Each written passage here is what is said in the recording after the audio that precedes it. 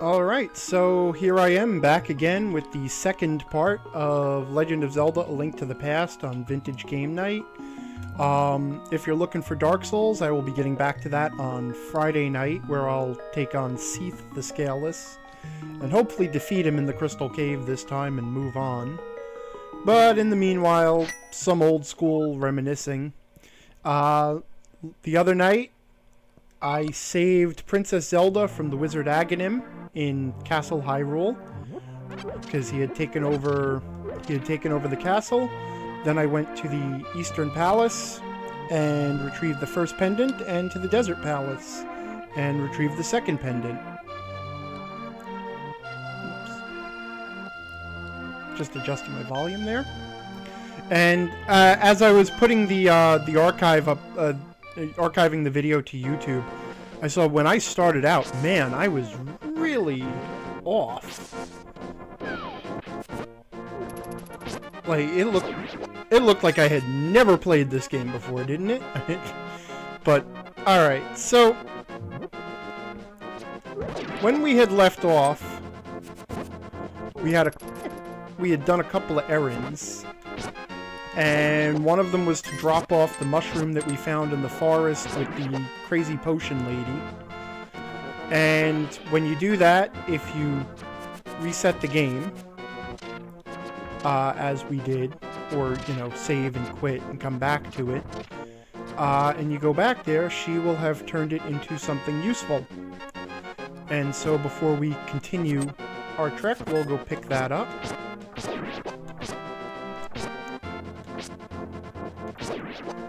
Still can't quite get over the instinct of killing everything I come across, which makes me seem a little bit sociopathic. Stay away from the buzz blob there.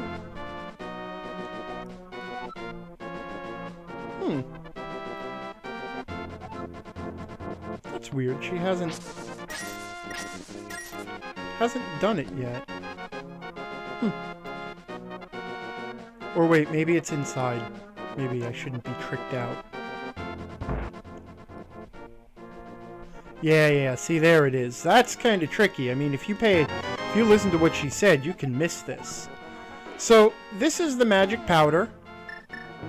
An item with... Honestly, it's got one significantly useful... Wow. Really, you were hiding in that bush just waiting for me on the off chance? Well, he'll be back for that mushroom.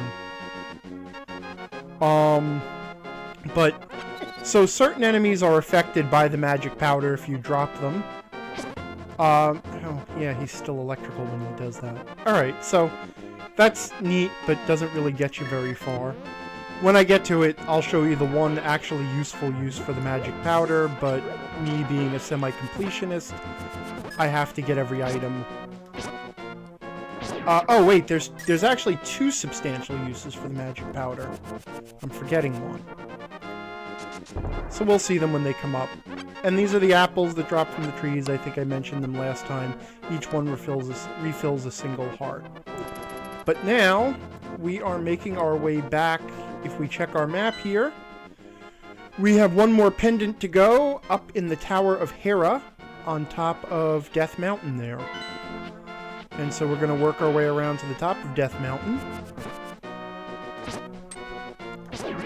And actually, I think we can take a little brief detour here.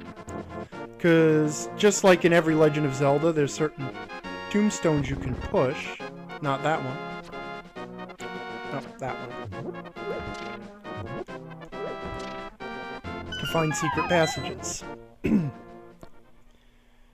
And this one actually brings me back to the first dungeon in the game, the escape tunnel where I brought Zelda out of.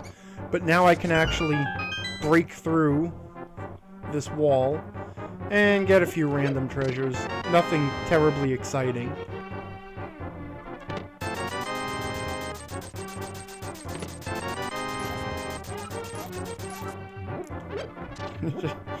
Why would you name a place Death Mountain? You're just asking for a nasty place. That O-Dog in the chat just brought that up. It's kind of the same point I made about Undeadburg in Dark Souls really affecting the tourism there, you know. But actually, that reminds me of a neat little thing in the game that I hadn't mentioned. So you'll notice that Link is left-handed, right? And he's left-handed when you look up and down, and when you look in this direction, he's left-handed. But when you look in this direction, he's suddenly holding his shield in the wrong hand, and he's right-handed.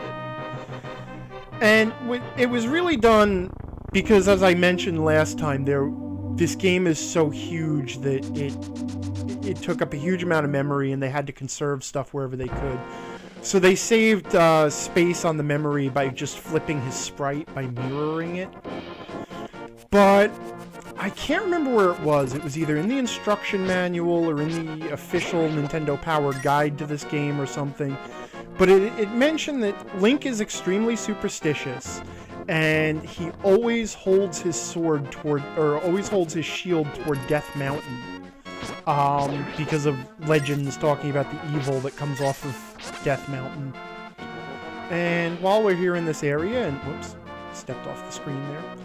And while we're obsessively collecting everything, those piles of rocks can be destroyed by dashing at them with the Pegasus boots. And we find another piece of heart. So we're well on our way to our next piece of heart.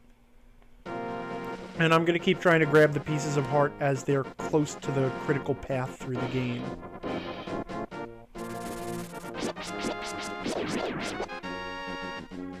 I think if I stun this guy, he can't... Yeah, he doesn't electrocute me. And I mentioned that this game is very Metroid-like, in that it has a sort of critical path and organic way of getting through it. And this is a good example of it here. You cannot climb Death Mountain until you get the power glove so that you can lift those big rocks. And those little money spiders appear underneath things every once in a while, and they'll just run around and throw money. Wow, it's been a long time. I don't know if I remember the way through this cave. This cave is kind of a maze. Oh, there's...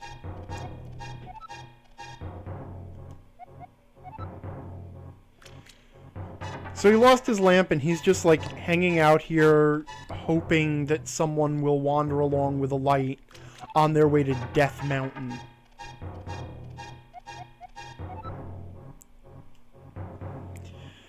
The golden power refers to the Triforce that was referred to in the prologue that everybody is looking for.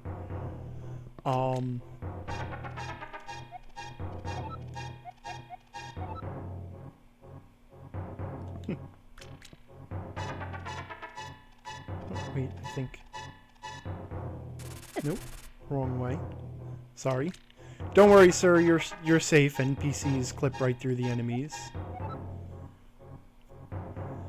O-Dog is asking how he got in here without moving the rock. Well, actually, you will find out in a second there is an answer, but he came from above.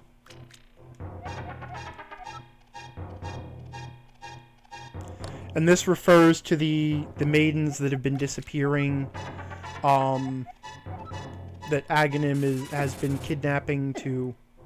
I'm, like, ignoring these bats. I guess I should do something about them. Sorry, not bats, Kessie or Keese or something. Whoa. And rocks fall, everybody dies. The end.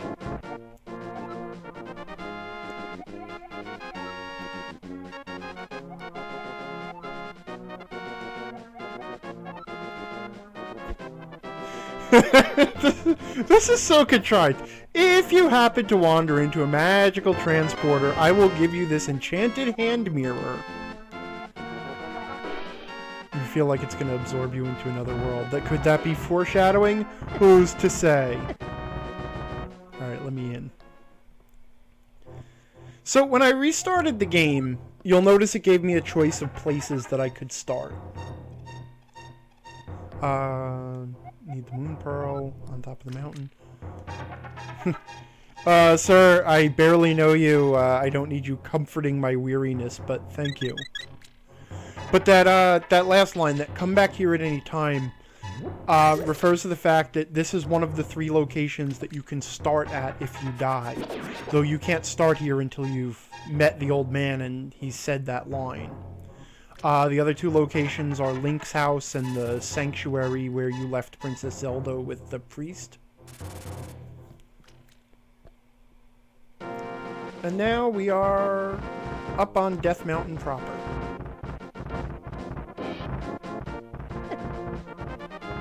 Hate those stupid boulders.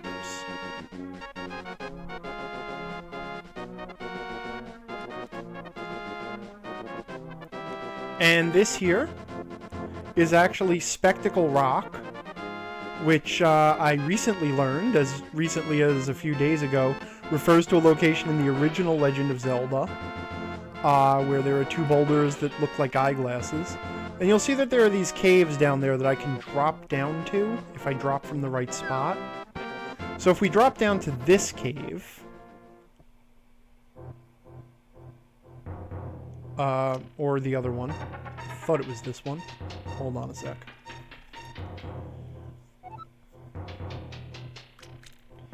Oh, no, it was this one. Another heart piece. Also one of the telepathy tiles.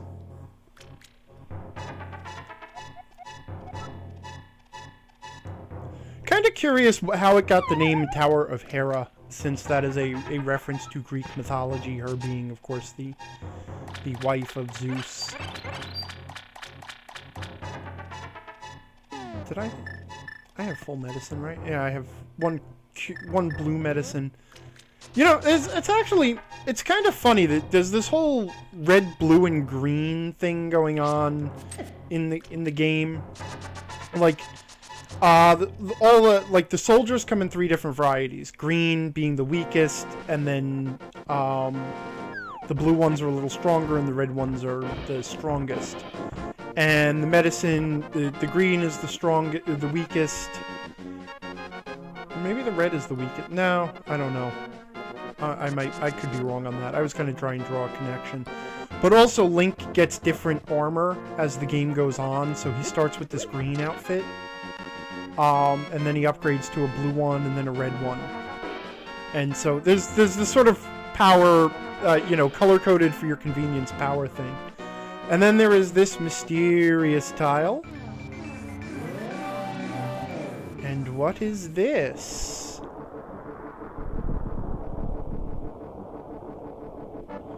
For strange reasons, Link has been turned into a rabbit.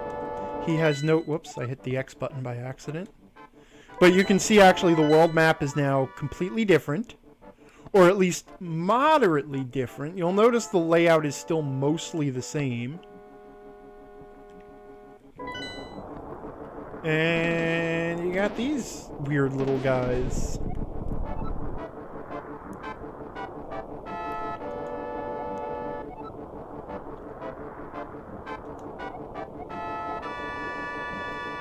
You know, I can't help but think that this moon pearl thing might be important. I'm really stressed. I wandered into another universe and turned into a monster and can't get back home. I'm stressed out. Yeah, you know, you ever look at those, like, the stress surveys where, like, changing your hairstyle, it causes 20 points and getting a divorce causes 80 points? That's gotta cause, like, 190 points.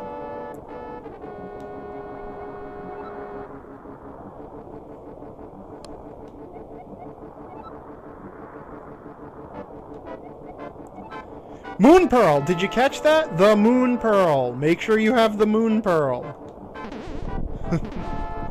So, yeah, the thing is... Whoops, wrong button again. So the thing is, this was once the Golden Land that contained the Triforce. But when Ganon reached it, the land was changed into the Dark World, and everybody who enters it now transforms into something that reflects their inner nature. The magic mirror allows you to return to the light world from the dark world, and it also leaves this portal so that you can return to the spot you left. And This leads to a lot of puzzle solving. Like this one right here, where you can get to the top of Spectacle Rock by using the other world. And that really works effectively to introduce the other world mechanic, which is going to become more important later. Actually not too long from now. Meanwhile, before we wander into the Tower of Hera, if we wander over here, we can find this monolith that has ancient Hylian script written on it.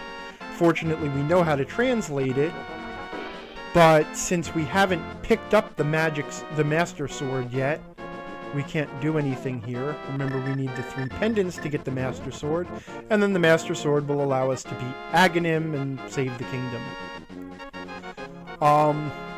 And O-Dog, there's not really a good explanation as to why Link turns into a rabbit of all things. Because it's a pretty timid little creature, and Link is supposed to be the holder of the Triforce of Courage. So this dungeon also introduces these things, which come back a lot. These crystal switches switch from orange to blue, and you can see that they change which posts are elevated and which ones aren't. So if I want to get around here and check this thing out...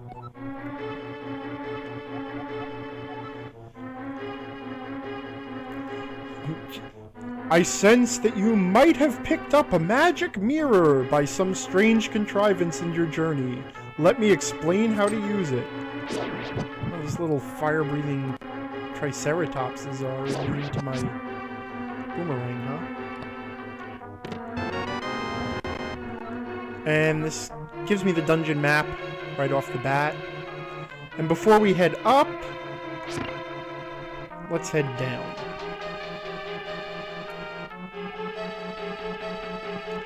I actually, see, the Stalfos, the skeletons, are a little bit weird because, unlike other enemies, when they get hit by the boomerang, they don't get stunned. They take injury. They actually take damage. I can also actually just grab the key from there without having to lower the posts and deal with the Moldorm or Landala or whatever the hell it is. Look, I'm not going to pretend to be like the complete friggin' guide to the bestiary of Hyrule here, okay?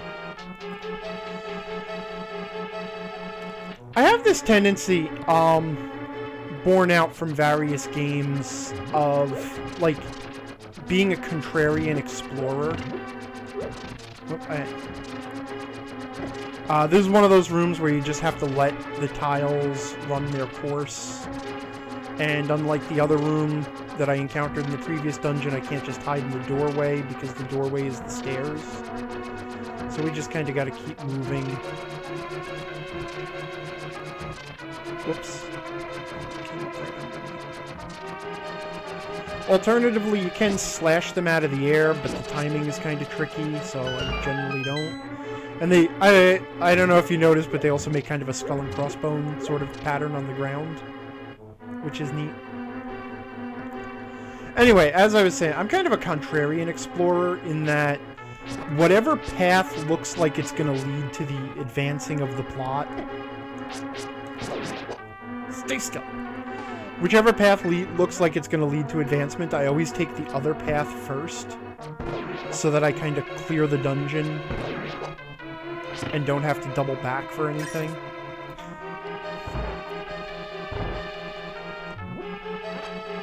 Also, throwing things at enemies, like throwing the pots and stuff, is like the most damaging thing you can do. Like, the clay pots are more damaging than your sword, the arrows, the boomerang. I need the lantern here. There's another one of those rooms where you have to light all the torches. And this dungeon sort of throws the treasures at you right off the bat. It's kind of a smaller dungeon. Oops, I guess And you can also hit those things with ranged attacks. You can actually set them off with bombs, which is neat because you can do a delayed... You know, by setting them off with the bombs, you can delay when they trigger. Oh, I can't hit the switch from there. I always forget whether you want them down or up for what rooms, and... Whoops. I also thought you could throw boomerangs through the pots.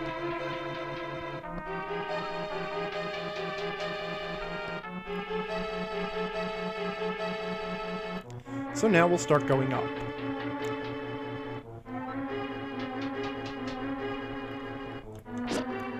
So, you may have noticed in previous places that there's, that some of the pits in the floor, they're completely dark black, and then others you can kind of see the floor underneath. And that tells you the difference between pits that will damage you if you fall into them, and pits that will drop you to the previous floor, or, you know, to the ground underneath. Like that. So, I did that on purpose to demonstrate. Yeah, that's right. That's right. I didn't just wander over the corner. Those little bumper guys, kind of a pain in the ass. And these star tiles actually change the location of the pits, which you can use to trap enemies. Oh, I do not want to listen to that. I've taken a lot more damage than I thought I would, huh? So we'll use up one of my fairies. I want to save the blue potion. Oops.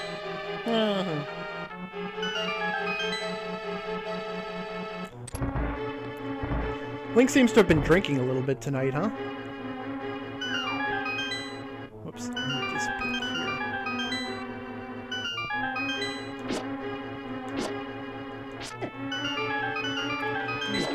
Yes.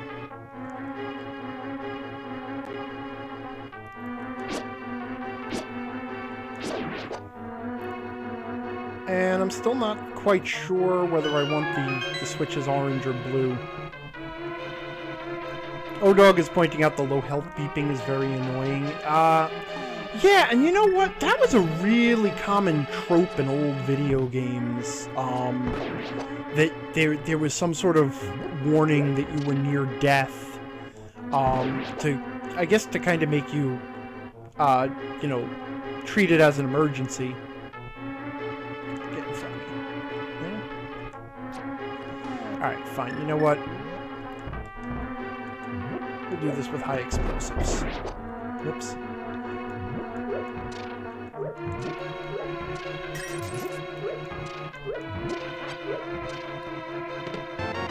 And the compass. Which, frankly, I always thought it was kind of useless in this game, since, although exploration is a component, each dungeon has a pretty... each dungeon basically is gonna get you to the boss. And you'll notice that there is really no way for me to get up to that treasure chest from here, no matter which way the holes are configured right now.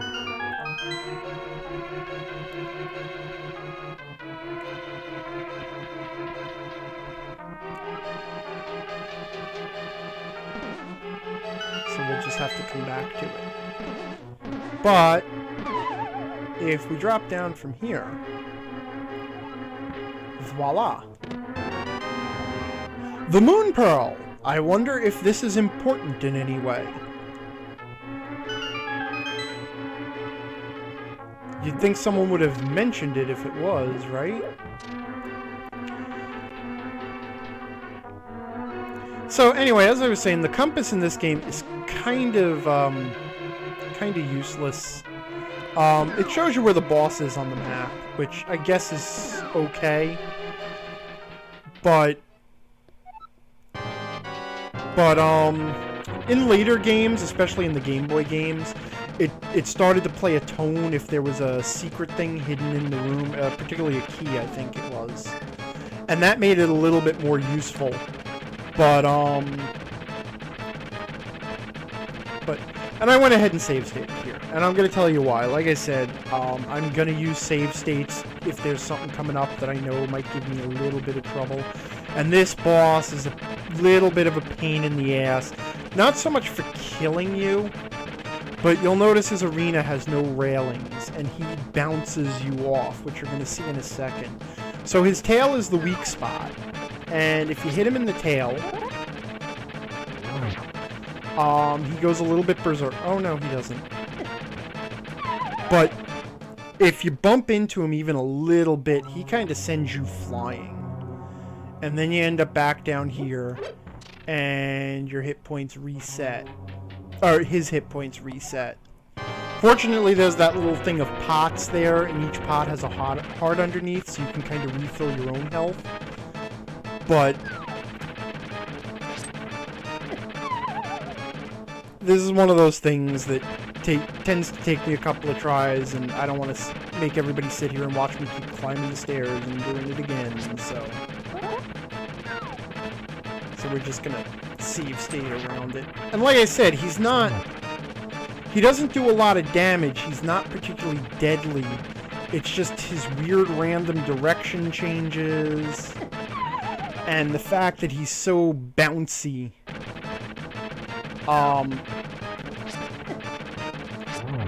Makes him a little bit of a pain in the ass.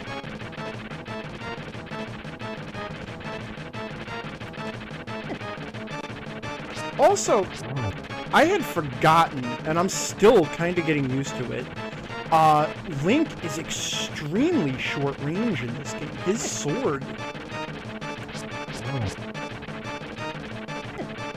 No, don't push me off! Oh, I had done so much damage to him! Really hate this guy. I think the spin move does slightly more damage, but because of the charge up, it's a little bit tougher to pull off. Especially because... Oh, and if you clip his head with the sword, you go flying too.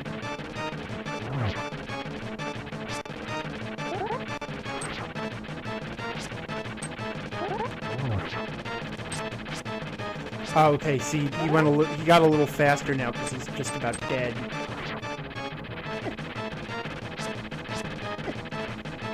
One good hit. One last hit. There we go. Okay. Not difficult, but annoying. And now we have the third pendant.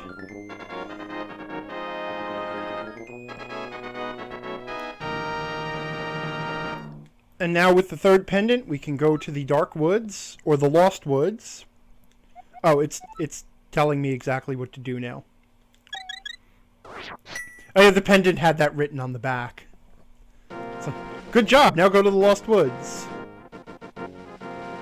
Alright, so now we'll go and retrieve the Master Sword. The Sword of Evil's Bane. Which means we have to get back down off Death Mountain. And if I recall correctly, this cave gets us back down to...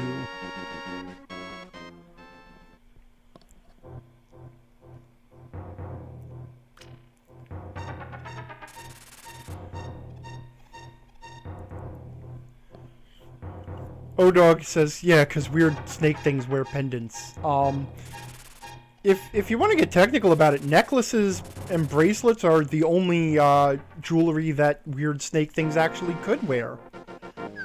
So, if it had been a brooch, that would have been weird. Maybe a belt. Oh my! Oh right, the goofy lumberjacks. We're cutting a tree.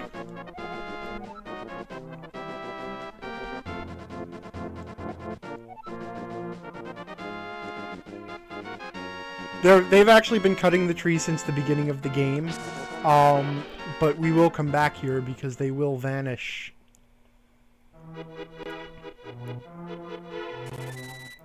Get away from me, bird!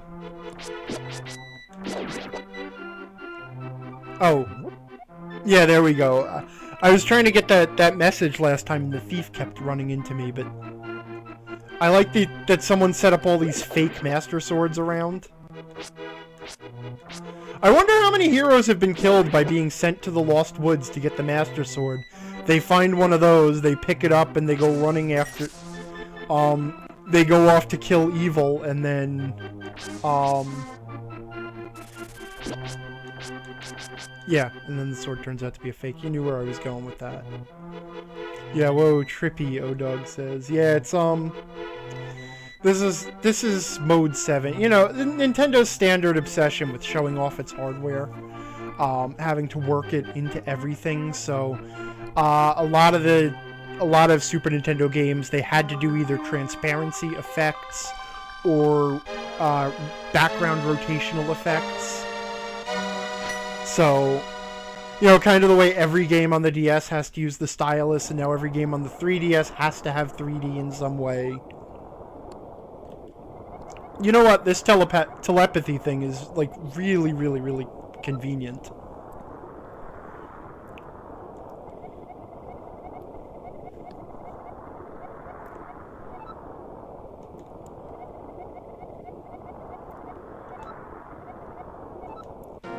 Also, when Link picked up the fake sword, he was holding it by the blade up over his head.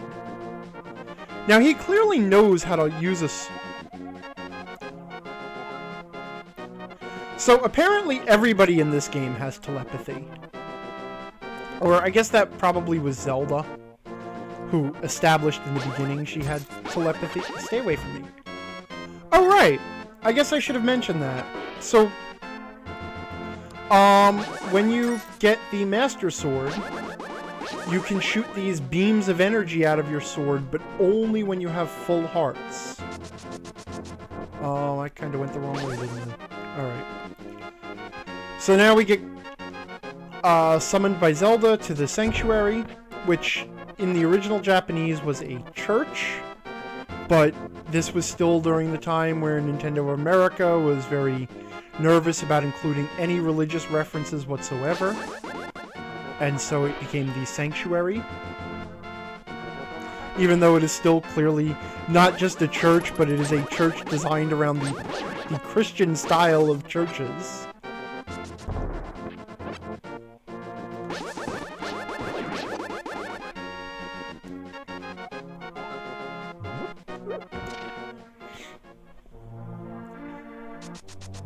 Oops. So here we are back in the village, but we have to hurry to the Sanctuary because the soldiers are on their way there.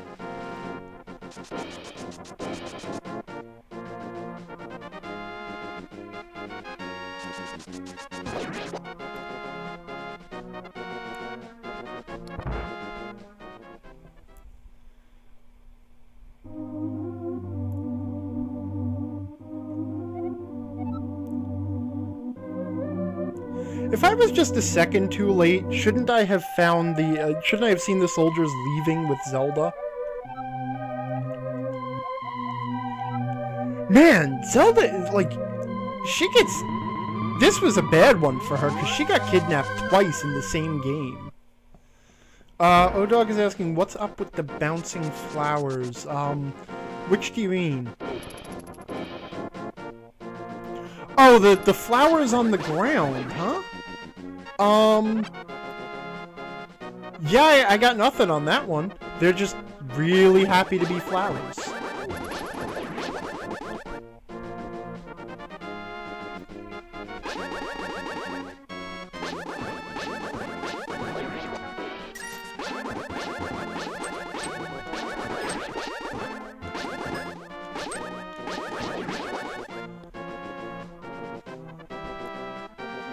So now we're going to head to Castle Hyrule.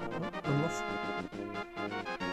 my fat fingers keep moving up, or moving back onto the screen I just left. So we're going to head back to the castle. I think the front gate is now open and I don't have to do that side door thing.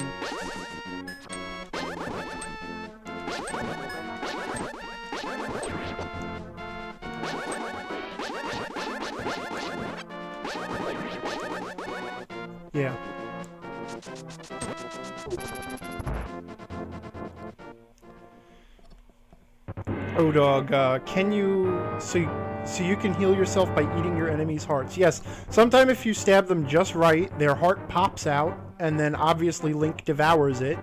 Otherwise, why would it vanish when he picked it up? So now we're back here in the castle, where this started. Rescuing Zelda, again. I guess I could go down into the cellar and check on my uncle, but he's probably fine.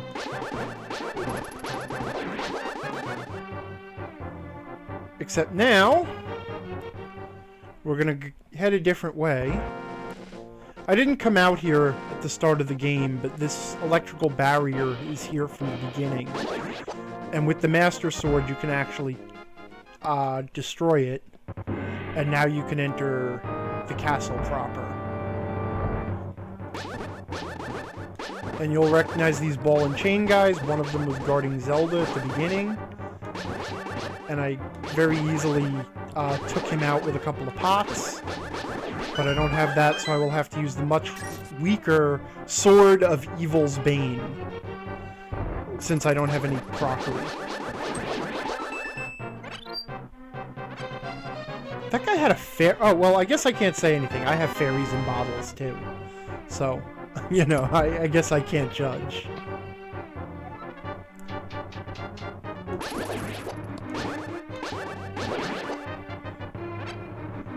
I like the poor guard that's in guard duty in the pitch dark room.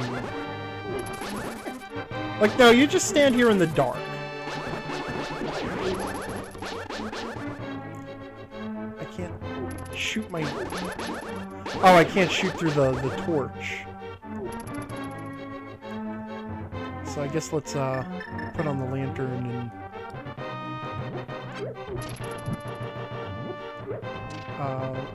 light some of the torches, maybe? I kind of don't remember how this room was laid out at all. Or where the exit is. That helps a little, huh? Ooh, treasure! A key. And a block that I can probably push to do something.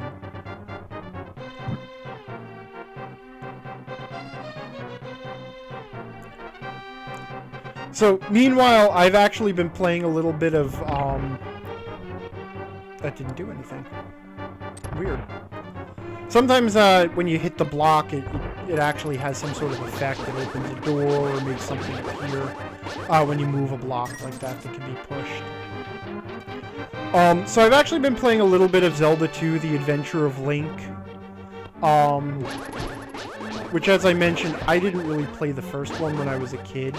But I did play the hell out of the second one. And so I don't have the same nostalgia glasses that everybody else had for the first one. But I have a soft spot in my heart for the second one, except for the fact that it's really, really difficult. I almost walked right off the edge there, didn't I? I also don't have full hearts, so now I can't shoot. I slid right off there. I still can't get used to this the Super Nintendo controller that I'm using here. I can't play, like, I know some people play with the keyboard controls, you know, like arrow keys and stuff. I absolutely just cannot play games with the keyboard at all.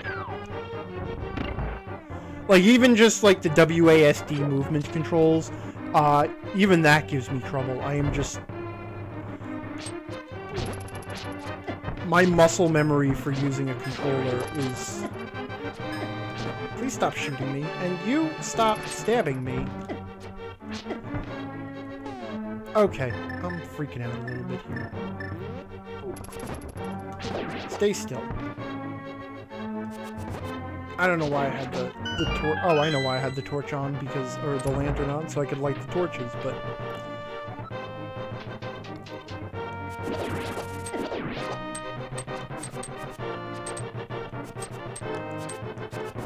Stop knocking my boomerang out of the air with your stupid spears.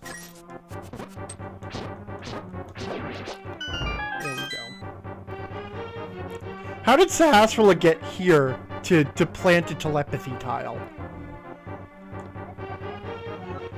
Even with the... Well, gee, that's the sort of thing you should have mentioned before I came in here, don't you think? Oh, by the way, the sword that can kill the wizard, it can't actually hurt the wizard. You're gonna have to figure something else out. So then, is there a reason why you sent me to get the sword?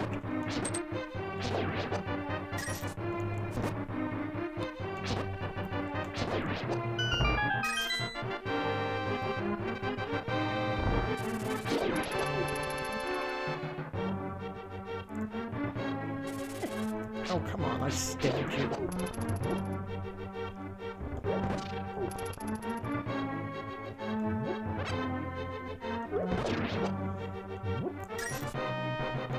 See, seriously, I feel like I'm entangled here with that whole frying pans, who would have thought thing. Like, clay pots, the single best weapon in the game. Alright. Are there any hearts hidden here? I'm pretty much full up on everything else. Here we go. I am. There's something a little bit slidey. Whoops.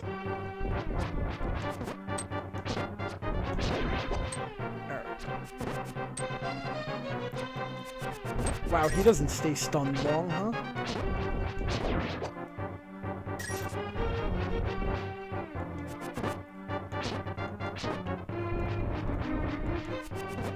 This is a lot easier when you have full hearts and can shoot laser beams.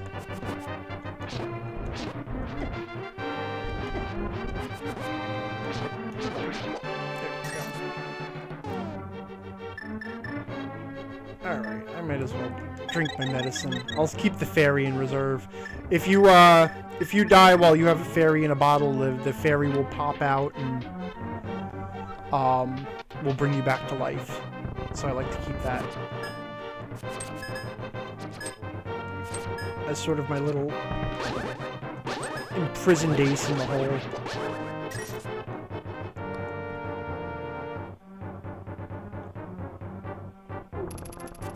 Touché, Tagrath. Touché.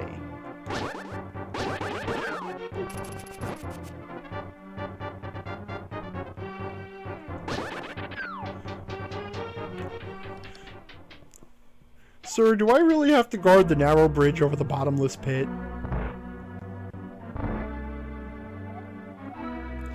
Now, this is supposed to be Zelda, but it really does not look like the Zelda I rescued. It looks like a different sprite entirely.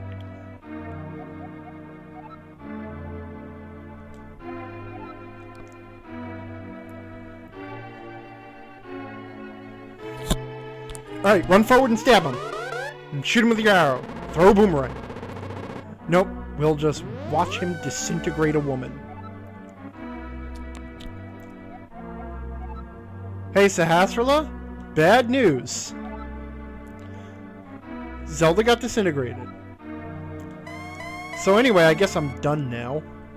No point in really going on, huh? And he teleported away. His little teleport effect would be a lot more impressive if it didn't, like, telegraph exactly where he went. So this is the fight with Agahnim. And as Sahasrahla kind of implied, you can't hurt him directly. And he'll shoot these energy balls at you. He will also occasionally shoot a little energy ring at you. And the trick with him... Whoops. Like, okay, so you can cut the energy ring up.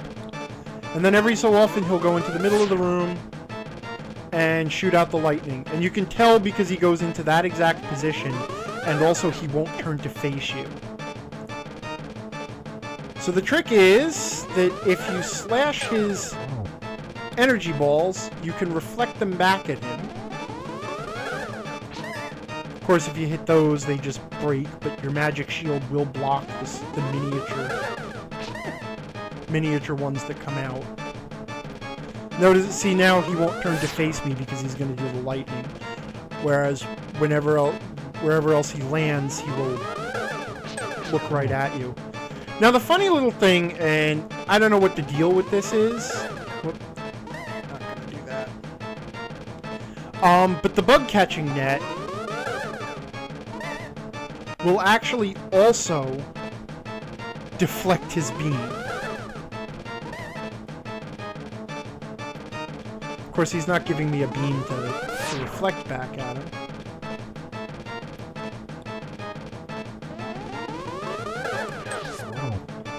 Don't know why. It's been like that since the beginning. Don't know if it was done on purpose. Whoops. Stupid. But oh, I didn't realize that thing seeks. Isn't that neat? Anyway, this whole reflecting the enemy's attack back with your sword thing has become, like, every Zelda game after this does it at some point with some boss or some enemy.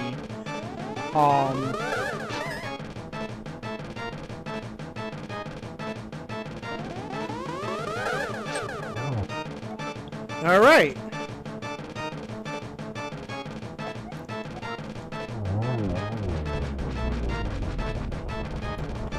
And now the true Dark Souls begins here.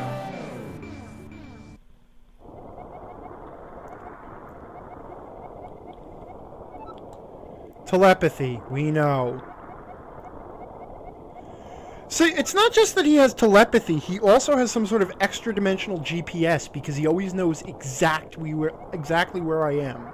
Even when I'm in a completely different universe created by the gods and cursed by evil.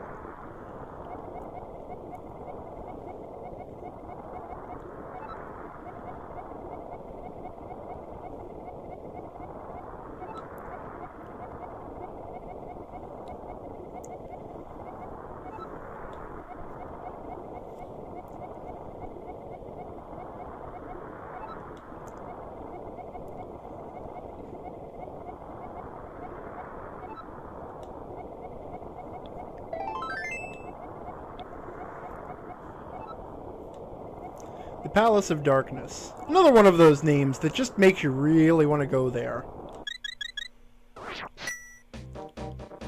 So here we are now, in the Dark World for reals. And from this point forward, your journey will be in the Dark World, where we will be seeking the 7 maidens, 8 maidens, 7 maidens, some number of maidens that Agahnim sent to the Dark World to lift the seal. It was 7.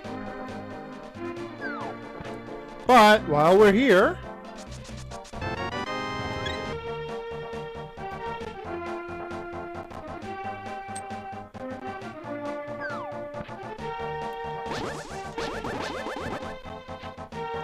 piece of heart there, and you can see that things are a little bit different here. Like, the trees have scary faces, and the soldiers are dog people. But someone still came through and, like, put signs down. I love in the realm of the gods that was cursed by evil, somebody still felt the need to put, you know, in, like, directional markers. Like, last exit before evil. So, and we're gonna just head directly to the first palace. First dungeon here. Honestly, until you beat this dungeon, there isn't a whole lot you can do in the Dark World. You're kind of cut off from the rest of the world right now.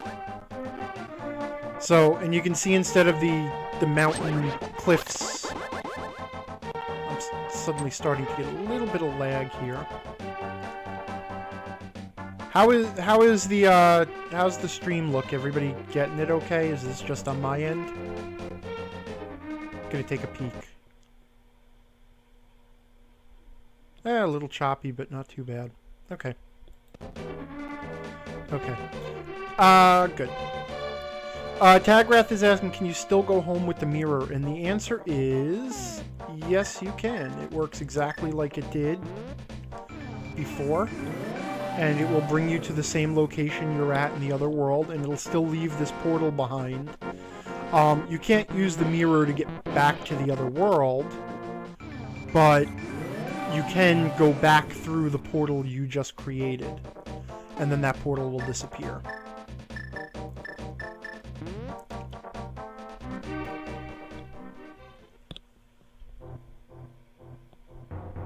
Hello, tiny tree person.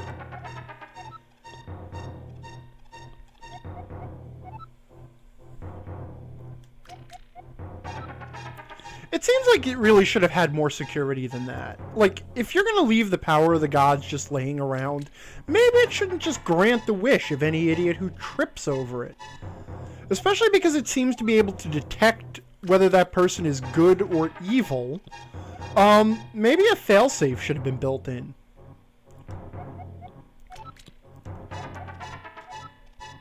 Yes, you know what, game? Even if you point out your own plot holes, that's not the same as fixing them. Ooh. I think that is the first in-game mention of the Triforce as the power of gold. The Triforce is, of course, these three magical golden pyramids. If you don't know your Zelda lore, basically there were three goddesses, Faeror, Din, and Nehru, who descended, according to this instruction manual, because I was reading it this morning, descended from a distant nebula. And Din, the goddess of power, basically created the land and painted the mountains red. That's specifically noted. There's a little invisible pathway. It's actually, I don't know if you can see it on the stream, but it's slightly visible, and you can see Link just through the canopy of the trees. But there's a little bit of a maze that you just have to work through. But anyway, then Nehru or Faeror, whichever one is the goddess of wisdom, taught magic and science, and then Faeror, the goddess of courage, created life and justice. And then the goddesses left the universe forever, but where they disappeared from, they left behind these three golden triangles representing power, wisdom, and courage, which became the Triforce, and it was hidden away in the realm of the gods. Enter Ganon, who came into the realm of the gods, stole it, turned the realm of the gods into an evil realm, and here we are now. Meanwhile, I found a monkey. And like all monkeys, this monkey loves banana rupees. And you actually do have to pay the monkey.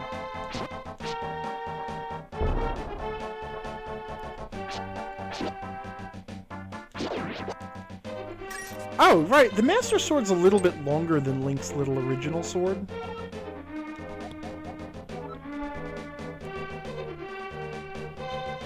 I'll try to open it myself. Yeah, I'll just, I have a very limited number of buttons, and once I've exhausted them all, there's really not much I can do.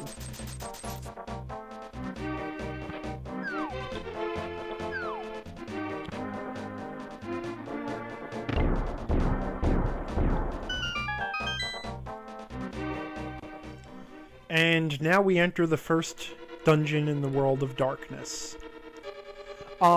Which has a sort of similar layout to the first... I just hissed into the microphone, I'm sorry. A similar layout to the first dungeon in the game. You'll notice it's in the same spot. Or just about in the same spot. And this is the first significant use that I mentioned for the yeah, that went by so quick you couldn't see it happen. But when you hit those anti-fairies, because that's what they're called. Oh, we got some more. With the magic powder, which is not easy to do. I can't quite get away from them. They turn into fairies.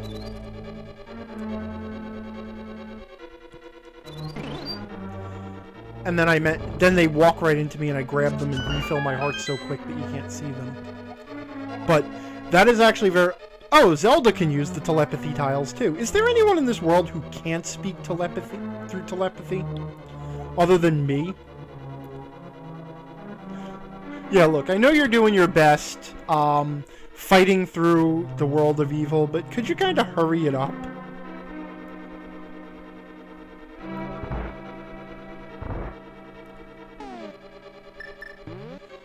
So these little guys, they electrify themselves, the little jellyfish. And if you hit them while they're electrified, they'll zap you. And these guys kind of mirror your movements. And the green ones, I think they're called Gorilla or something. I don't know. The green ones are pretty easy to deal with.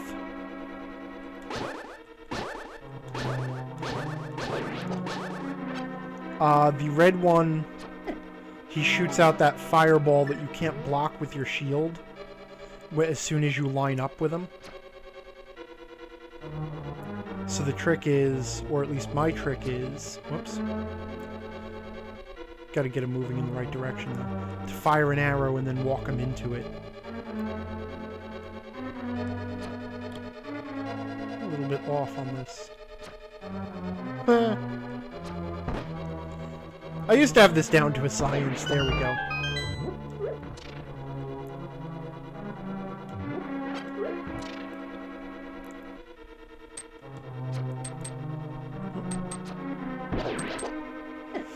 I just kind of walked right into that spike, didn't I?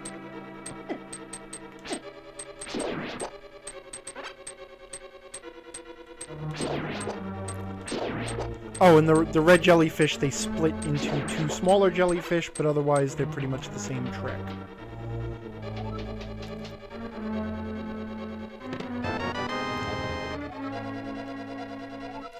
And now we have the map of the dungeon, which is only 2 floors, and a little bit bigger than the first dungeon, but like I said, it's pretty much a very similar layout. They're definitely on the same theme.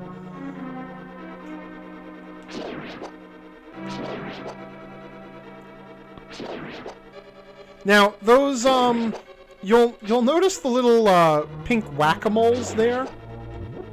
I mean, I don't know what they actually are, but they I have reason to believe they are basically whack-a-moles. Which you'll see why in a minute, but they basically just block my movement for right now, and they're related to the item that I'm going to pick up shortly. You can also see that the wall is cracked to indicate that I can knock through it. This is a neat little thing too.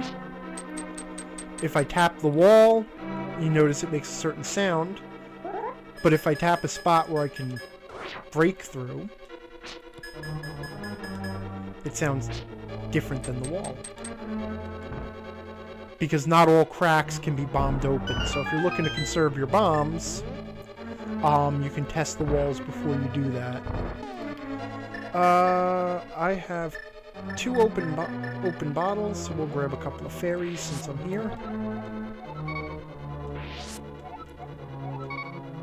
And this fairy I will eat for hearts.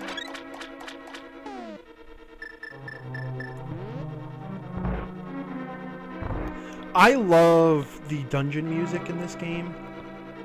It's got such a really neat atmosphere to it.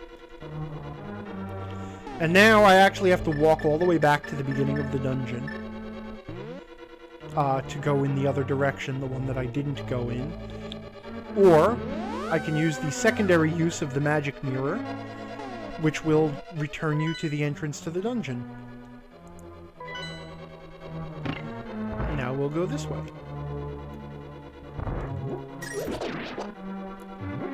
I like those little lizards with the helmets on, or the masks on. Yeah, just remember them. They might be important. I thought there was something in here. Those little skull, or yeah, those little skull things are. Oh, there was. they shoot those red beams, which can be blocked with your upgraded magic shield. But you have to be facing directly at them. If they hit you from the side or the back or where your shield isn't, they're gonna hurt you. And now, whoops, where was the button? There's the button. And now we can go up the middle.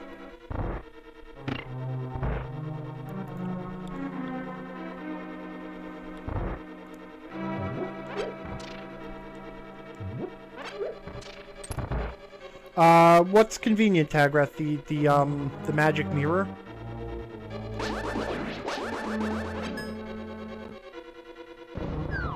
Whoops. Actually, not so whoops. I'm supposed to do that. You're supposed to drop down here. Now those turtley guys I can't deal with right now. And those skeletons, kind of a pain in the ass. They don't really take much damage from your sword, so you can sit there and hack at them forever and not get anywhere. Also, the clay pots changed to skulls in the Dark World, showing their inner nature. You know, Link is really a bunny at heart, and cookware is really skulls at heart.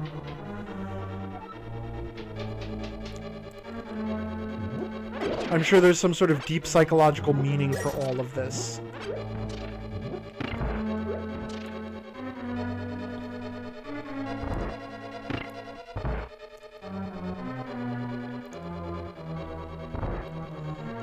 Anyway, dropping down off the bridge, let me get that key. And it looks like, I realize that it looks like the dungeon layouts are sort of complicated, and finding your way through them is, you know, obviously I'm relying a lot on having things memorized, but they are laid out such that if you keep following every direction you're able to go, they will eventually let you get through the dungeon. Those little arrows don't show up very often, but those do let you jump over the gaps. And if I do this just right... Yeah, there we go. Another helpful little trick there. And then we can lower these and head over in this direction. I think I'm supposed to head in this direction first. Closed door, so we know to look for a button underneath. But this one requires continuous pressure. Fortunately, you've got statues you can push. And I gotta say, I like how this game builds on... I mean, Link has a pretty good range of actions that he can take, but it's not a huge range of actions, and yet they still manage to build a bit of complexity into the puzzles. Though there are some puzzles that are a little bit obtuse, and I'll point them out when we get to them.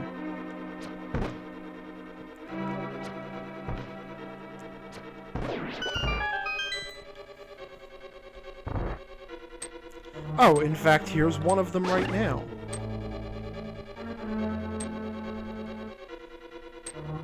So there's that. Now, if you look carefully at the right-hand wall, you'll notice that the tile border around the base of the wall doesn't go around the wall. And it makes this spot look really odd, like there's something hidden here. And you can't push this statue or do anything else with it. You can't pull it. The secret is to shoot it in the eye with an arrow. I don't think there's any clue to that. I don't think there's any indication of it. And I don't really think there's another place where you have to do that. So it is a fairly obtuse little puzzle to figure out.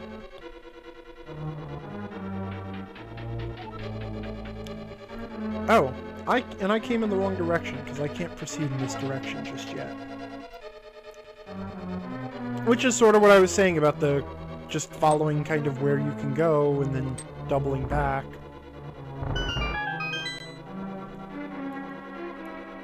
And I was just bragging about how much I was relying on memorization, huh? Ah.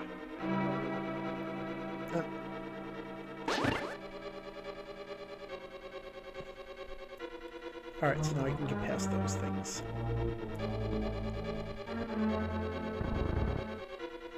Those blocks, you can actually only push them one space in any direction.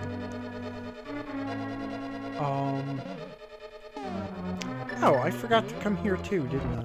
Yes, I did. Weak spots in the floor can also be bombed. There is no way to tap your sword against them to discover that. So you just kind of have to stumble on it, and that's going to become the source of another obtuse puzzle later on. But I mean, none of it is nearly as bad as that whole Dungeon 7 in Legend of Zelda 1 that I was stuck on a few days ago. With the whole, oh, just play the flute at the fountain. Or at the fairy pond. Of course!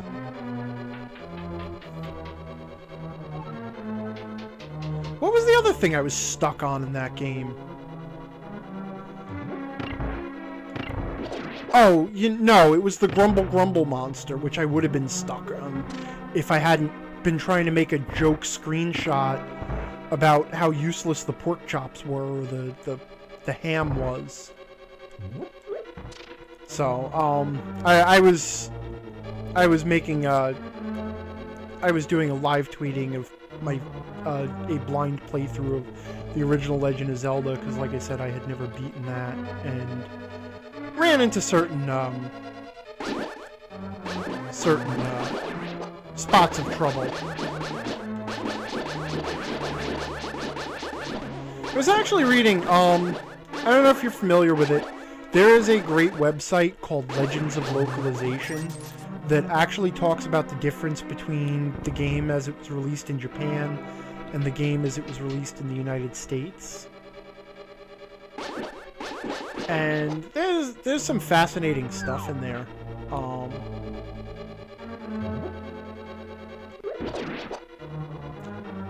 don't think I was supposed to come this way. Alright. Oh, I know what I did wrong. Aside from hitting that bumper. Alright, I gotta reset the position of the things here. Damn! Didn't quite make it. Like I said, you can use the bombs to get a, to trigger those... Get those things on a delayed trigger. Which is really helpful if you need to be in a different position. That's the door I missed.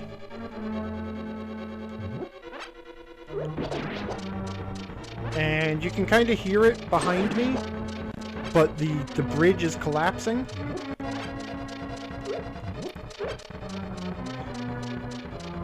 So you have to kind of move fast. Otherwise, if you don't make it, then you fall into the bottomless pit, you lose half a heart. You end up back at the entrance to the room, and then if you walk out of the room, the bridge will reset.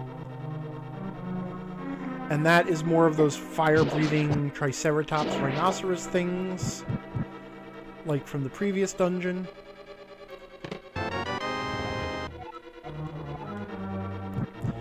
The game is also good about supplying you with the things you need to solve a particular room.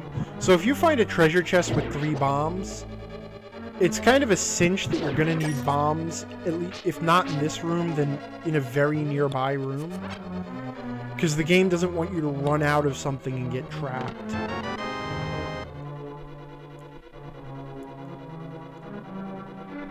Like, for instance, a cracked section of wall.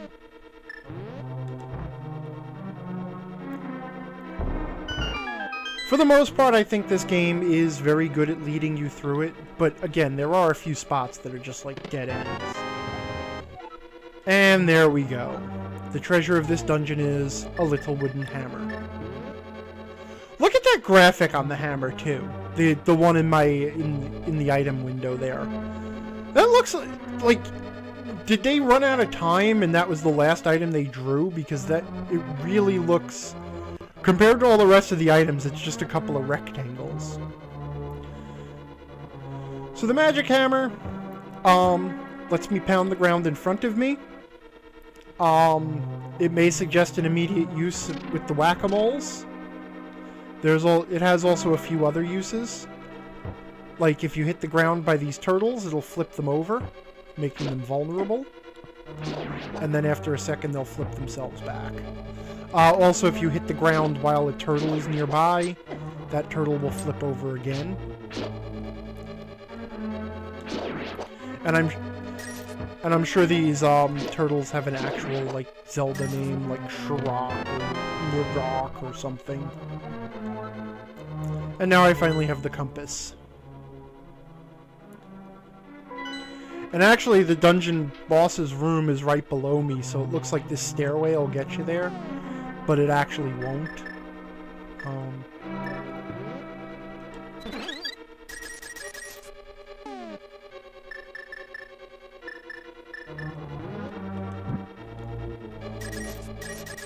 But there's plenty of rupees here. And a key, which is, of course... Whoa. Sorry, I froze up a second a little. The emulator my emulator seems to be taking a lot of system resources, and I've got the stream in front of me, or behind me, so I can see that, and I've got my broadcasting software going, so... Honestly, it seems to get more slowdown with the emulator than with other things I've done, so...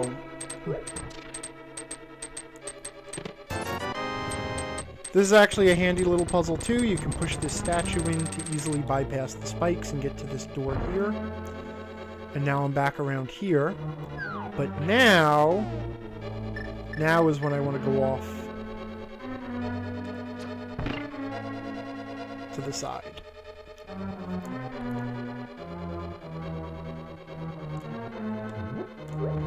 And actually, those little whack-a-moles up there would let me drop down into this room. So this is sort of a shortcut from the entrance. So if you die and you have to continue at the entrance to the dungeon, you can get back here a little bit easier. Generally, the dungeons are not big enough to require that sort of shortcutting, but...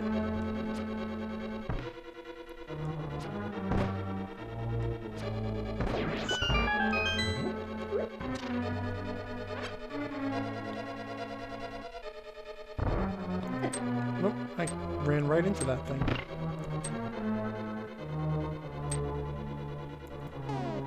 So now we'll put on the magic hammer.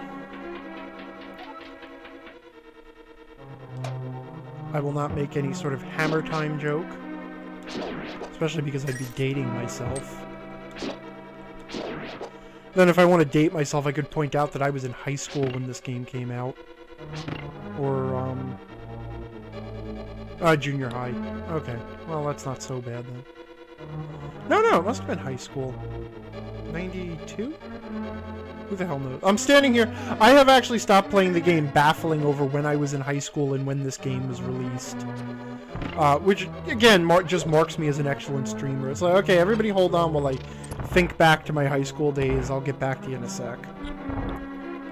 Oop. I could do with a little less switching items in this game, but... You know, I guess it's not so bad.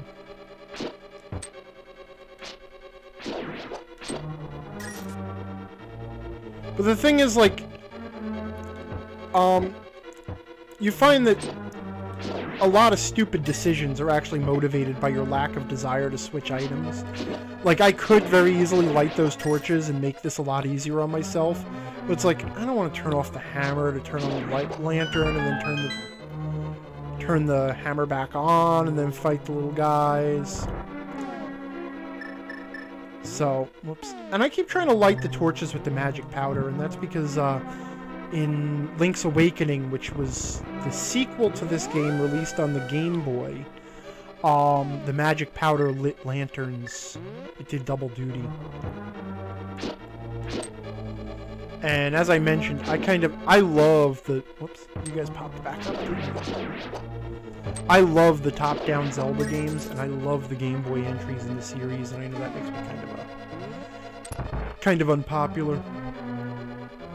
O-Dog is telling me it came out in 91. Which means I was actually just leaving junior high school. So this is the Helmasaur Knight, the boss of the first dungeon. He's got this splitting fireball attack. He moves forward. He's really cool as a big sprite, and then he's got the tail attack there.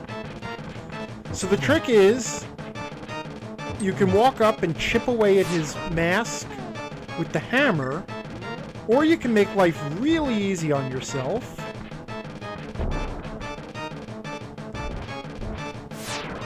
Oh, he moved away from the bomb. I don't know why he would do that.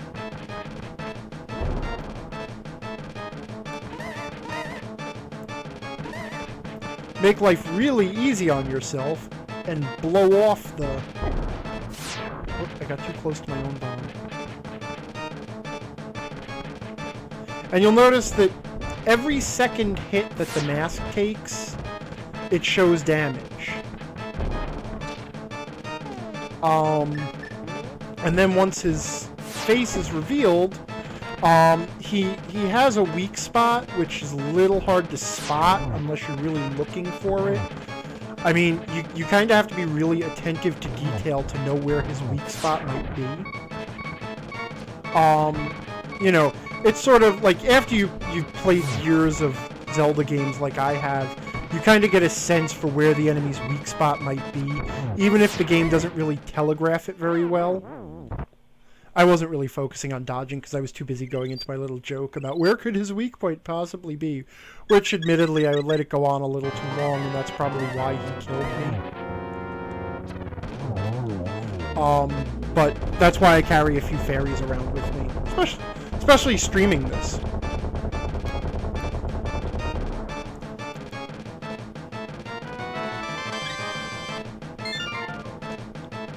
And now each enemy in these dungeons will drop this crystal.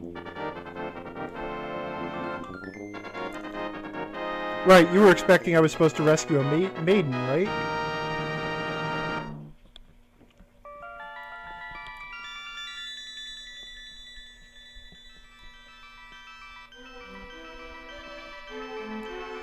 And for every dungeon you beat, you are rewarded with exposition. Slowly scrolling exposition, which basically repeats all of the exposition that you've gotten through the whole game.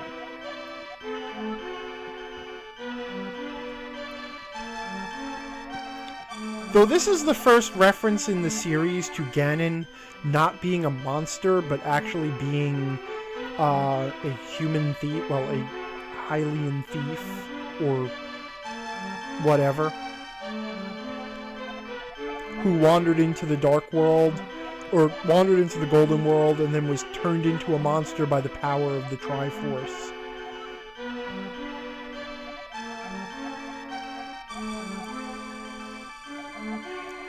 So what you're saying is I have to gather a whole bunch of artifacts from different dungeons so that I can open the path to the final dungeon. I'm sure glad the first part of this game trained me well for that.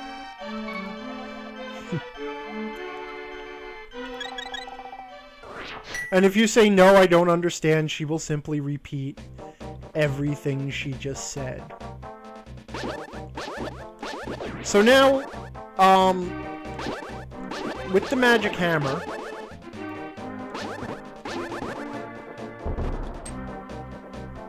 I really hate those bomby guys. Also, I kind of forgot which way I go. With the magic hammer, the Dark World opens up for you a little bit. And in fact, the weird thing is, at this point, you can sort of sequence break a little bit. You can wander off the critical path and take some of the dungeons in a different order, which you couldn't do previously. Not in this game anyway. Like, you couldn't do those other 3 dungeons in any order you wanted or anything. Which basically made the game seem a lot more linear. And then by this point, you're kind of trained to follow the sequence of the game. And when you look at the map, you'll notice that all the dungeons are numbered now. And so that just further implies that you're now kind of stuck on rails. But the fact of the matter is you're really not. You can wander to a couple of different dungeons at this point. I don't. I prefer to just do things in sequence.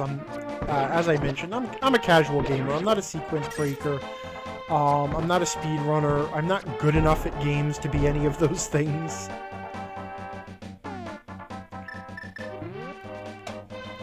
So we're just going to take the game in order.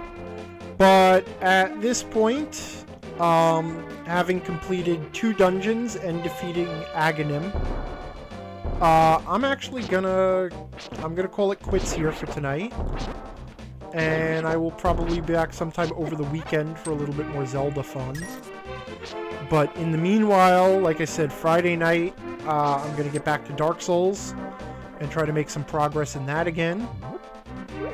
And now I'm just kind of circling the world, so we're going to go ahead and save and quit. And call it a night.